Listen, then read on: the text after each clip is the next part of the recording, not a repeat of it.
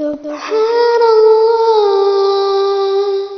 والحمد لله لا إله إلا الله الله أكبر. ربنا اصرف عنا عذاب جهنم إن عذابها كان غراما إنها ساءت مستقرا ومقاما. ربنا هب لنا من أزواجنا وذرياتنا قرة أعين واجعلنا للمتقين إماما. ربنا لغفور شكور.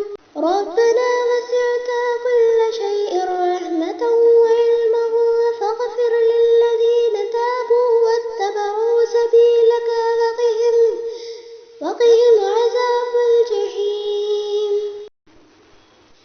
ربنا وأدخلهم جنات عدن التي وعدتهم ومن صلح من آبائهم وأزواجهم وذرياتهم إنك أنت العزيز الحكيم. وقهم السيئات ومن تق السيئات يومئذ فقد رحمته وذلك